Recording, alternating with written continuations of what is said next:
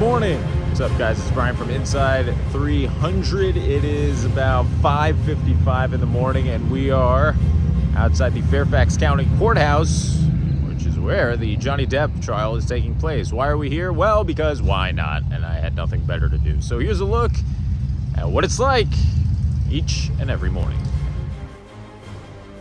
So as you can see here, it is quite the event down in Virginia. Dozens of people get in line as early as 2, 3 in the morning just to secure one of the 100 wristbands that the courthouse gave out. If you got in line and you were number 101, you weren't getting in. You're out of here. Now, one aspect I want to talk about were the line cutters. Keep in mind, around 2 in the morning, 3 in the morning, 4 in the morning, 5 in the morning, there were no police, no security outside the courthouse. So the only people policing the line were the people in line themselves, us. We got there around 4:15 in the morning and we ended up getting numbers 68 and 69, so obviously we were able to get in. But a lot of people who got there after us, say 5 o'clock in the morning or even 4:45, if they saw there were more than 100 people, they might try to squeeze in somewhere in the middle, and it was like the Wild West. People were yelling, "Get out of here, what are you doing here? You weren't here before." It was honestly hysterical to watch. I should have taken video of it. I'd say about every hour or so you'd get that random person walking all inconspicuous, they weren't doing anything outside of a courthouse at 5 in the morning,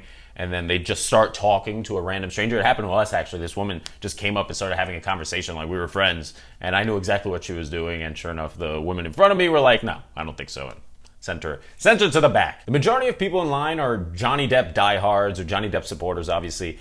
And then the media, because the media doesn't get special privileges. They have to wait in line too, just so that they can sit in the back of the courtroom and take notes, because you're not allowed to have your phone out in the actual courtroom, which we'll get to in a second. Now, we went to day 13 of the trial, which was a few weeks ago. It was after Johnny's testimony and before Amber's started. Now, with Amber testifying at the time of this video being posted, some people are getting in line as early as 9 p.m. the night before. You know what? It's an experience.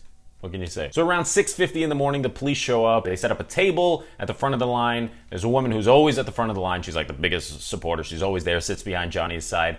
And they start giving out the wristbands one by one, and the drama starts to unfold. Because you think I'm in the first 100, but as the line starts moving and you see the wristbands disappearing, you start getting nervous. And like I said before, if you're number 101, you're out of luck. You're not getting a wristband. And once you finally get your wristband, everyone makes a mad dash into the courthouse. They go through security, kind of like an airport, and everyone just sits on the floor because they don't actually open the courtroom in which the trial is taking place for another 2 hours. So you're talking about 9 o'clock, they start letting people in. They let people into the building at 7, so everyone's kind of just sitting on the floor. Honestly, it was pretty organized. They kind of set up a divider, but keep in mind, this is an active courthouse for hundreds of other trials going on, just regular jury duty even. So you have people weaving through this crowd of 100 people sitting on the floor, but for what it's worth, it was pretty organized. I can't speak for what it was like on day 1 or 2 of the trial. I'm sure it was a madhouse, but it seemed like they got their act together by the time we were there. So once they finally opened the courtroom, it's kind of whoever was seated closest to the door who gets in first, and it's pick your own seat. So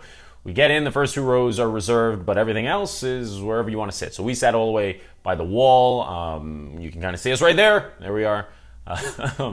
And it was pretty interesting. Now, one thing I want to talk about before the 2 teams walked in, a security guard kind of gave a speech about how you cannot cheer, you cannot boo, you cannot laugh, you really can't do anything in response to the people who are on the stand. Now, I would have assumed that was obvious, but apparently day 1, day 2, day 3, and when Johnny was speaking on the trial, people were cheering and booing like it was a sporting event. And the judge had to, I don't know if she slammed the gavel or not, but order in the courthouse because it was getting a little rowdy, which was pretty funny. I was told even a few people got thrown out for being too rowdy in that first week of the trial. So it was pretty quiet. The atmosphere, I wouldn't say was electric in the room, but it was definitely interesting. So when the teams finally walked in, Amber's team walked in first. She kind of looked around the courtroom, but what's going to happen? No one kind of responded. No one got up or anything and gave her a thumbs up or thumbs down. When Johnny's team walked in, you had about, out of the 100 people, I would say maybe 15, 20, 25 people kind of get up and try to wave and make eye contact or something. And he acknowledged them.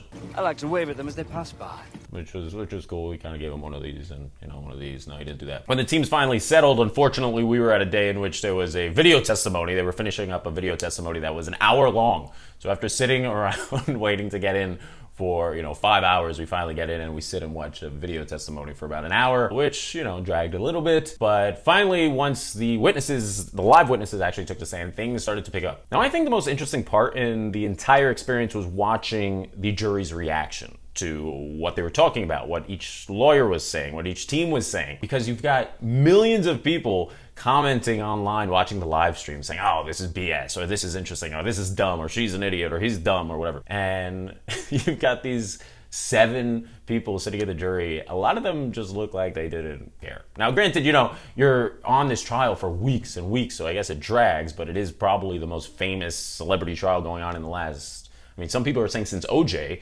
so it's fascinating to think about all these people who care so much online, and then ultimately the ones who make the decision, a lot of them, when I was there, looked like, let's get this over with. Now, keep in mind, they have been sitting in these same seats at that time for 2 weeks. Now it's been 4 or 5 weeks, so it must drag a little bit, which brings me to my next point. Would you want to be in the jury on a trial like this? All biases aside, I don't care if you're a diehard Johnny Depp fan or a diehard Amber Heard fan.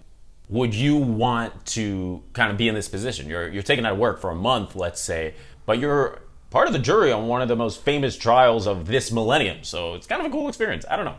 I think I would want to be on it, me personally, but I don't know. I'm a collector of experiences, as my friend said. Anyway, to sum things up, if you live in the Northeast, I'd say it's worth a drive down to the DC area if you have the time. If you're like me, you have nothing better to do. Head down to the Fairfax County Courthouse for an experience of a lifetime. Maybe not, but either way, it's still a pretty cool story to tell the grandkids. And don't forget, we are in the midst of Magic Final Four, where you decide Disney's best parade ever. Head over to InsideTheMagic.com to lock in your votes and tune into the next episode of Inside 300 this Saturday to find out who is moving on to the Elite 8.